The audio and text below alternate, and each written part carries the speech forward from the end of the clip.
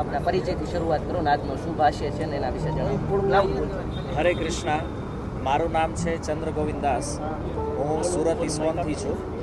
આજે રાજકોટની અંદર આ તથાસ્તુ આર્ટના શુભ ઉદ્ઘાટન પ્રસંગે અહીંયા હાજર રહેવાનું થયું છે.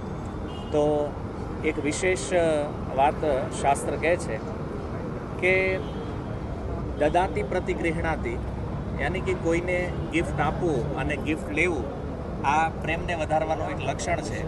તો તથાસ્તુ આર્ટ જેમણે આ સુંદર શુભ શરૂઆત રાજકોટની અંદર કરી છે અને ઘણા બધા લોકો આ ગિફ્ટના માધ્યમથી પ્રેમનું આદાન પ્રદાન કરશે.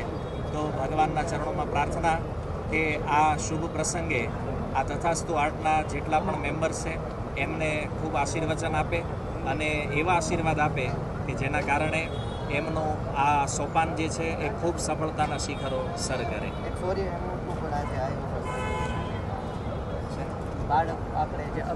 હા, અને વિશેષ રૂપથી જે રાજકોટની અંદર દુર્ઘટના બની તો ખૂબ જ દુઃખદાયક આ ઘટના હતી. પણ એમાં પણ એક શૌર્યનું જે કાર્ય થયું છે, દક્ષ નામના વિદ્યાર્થી દ્વારા 15 લોકોનું જીવન બચાવવામાં આવ્યું છે અને દક્ષ પણ અહીંયા આપણી સાથે ઉપસ્થિત છે. તો એમને પણ આ તથાસ્તુ આર્ટ દ્વારા શૌર્ય એવોર્ડથી નવાજવામાં આવ્યા છે.